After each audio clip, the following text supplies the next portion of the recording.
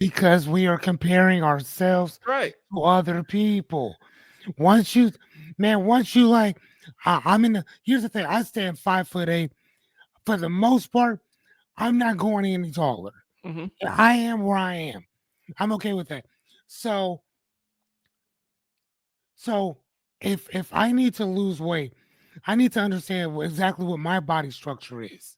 Right. That's it. I would love to be like, well, I'm gonna be 5'8", but I'm gonna be 150 pounds. My body structure is not built for that. My body structure is not. I lose weight. I'm never skinny. Hmm. I'm ripped. Chest muscles, six pack, flats. I mean, everything is ripped. I will never be skinny Yeah. ever. My body structure is not built for that. My son's like, Dad, what happens when I'm skinny? I'm like, you won't be. You'll be ripped, but you will never be skinny. Yeah. Like never.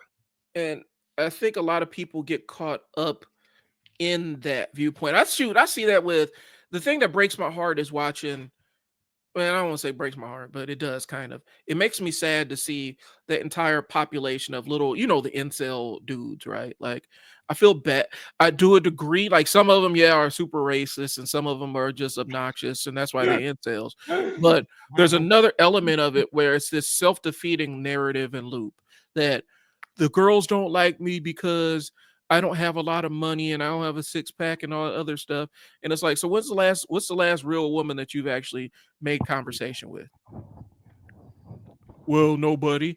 I said, you're trying to shoot your shot to the Instagram model, and she ain't, you don't really want her. You don't really want to interact with her.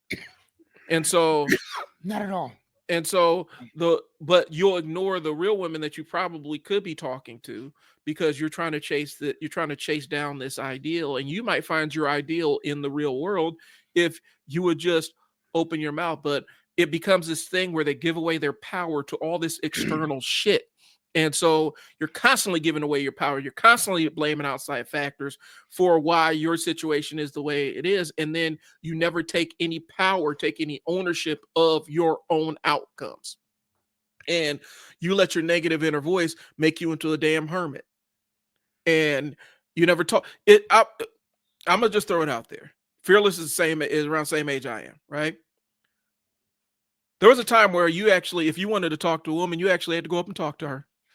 Yep. You had to go out and get her number, and you had to call her on the telephone, and do all the other stuff. And as a kid that grew up with bad inattentive ADHD and was also almost a full year younger than all my classmates, um, I struggled with that. But gave my even I had to muster up the courage to actually go approach women that I didn't know if I was interested. That's how I met my wife. I walked up to her. Now we have it. All you got to do is send an inbox message and be funny. And people are struggling with that, y'all. And so what I'm saying is this: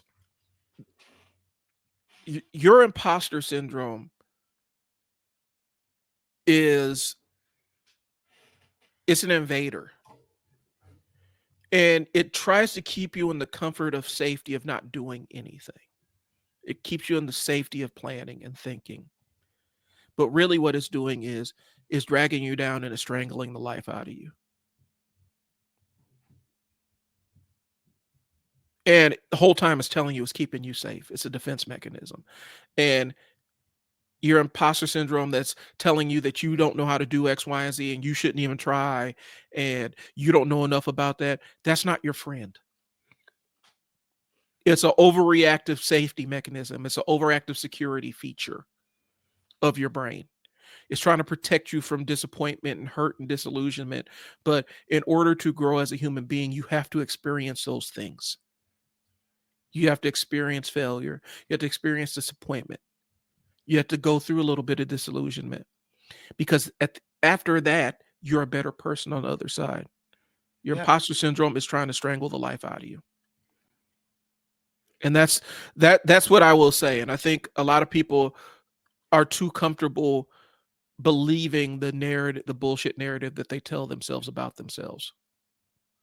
Because you're incredible, you're capable of incredible things. Your imposter syndrome's job is to keep you from experiencing risk, and you're not going to win anything by avoiding all the risk in your life. Right, and not only that though, but that it does that, which on one hand, if you're on a dark road and you don't see any light and you see something or you hear something coming towards you, there's a reason to be scared of that. Mm-hmm. There's a reason to fear that failure because failure can mean death. So if it's a life and death, I totally understand. But man, if you to not do something because you're thinking it's something, man, come on, dude. No, Right. no, we're not doing that. No. I tell my son all the time, like, bro, like I don't it's not even the grades that I care about. Right? I mean, to a point, yes, but it's really not. I get on my son for not asking for help Me because too. I need him to get into the habit of keeping your hand up and asking when you don't understand something. Because most people will not pick up their hand, say, "Hey, I need some help. Hey, I don't understand this. Hey, can you help me out with this?" Most people just, well, if I don't get it, I don't get it, and they just leave it alone. Mhm. I said, son, that's how broke people stay broke because ain't nobody asking for help. How did, how is anybody gonna help you if you don't say anything to nobody? Right. And number one, you have no idea who'd show up to help you if you ask for it. You have no idea who'd show up for you. But for the fact that you don't ask for help, bro, that's on you. And I'm trying to teach you this now at 12, as opposed to 23 or 33 or 43 years old. And you ain't got a place to live. You ain't got this, you ain't got that. Bro, if you don't keep your hand up and ask for help, Mm-hmm. the same way that we see people in certain families struggle, you're going to struggle the same exact way. And I'm not raising you that way. So that's going to be something that you're going to have to remember that my dad didn't raise me like this. I'm choosing this. So this is a choice. You want to struggle? That's just a choice. You want to be broke? That's a choice. Just like Tyler the Creator said, why would you put why would you put one thing that you have that you've worked on for however long? Again, I'm gonna market this lady's book. Mm-hmm. Why would I just put this book right here on just one time? Right. And then or I may put it on for a week. And then after that, I don't say anything else about it. You can't expect me to buy your book if you only told me about it once. Right. I need to keep hearing it, hearing it, hearing. How many videos are you doing? And again, I'm not talking to y'all, I'm talking to myself too. Because I'm on that thing every single night, giving people tools, tips, and strategies for all kinds of different shit. But when I heard Tyler, like, no, why are you not telling more people about this? Why are you not? I'm I'm I'm I'm I'm liking for everybody else to go out there and go do my work for me. Fuck that. That's on me.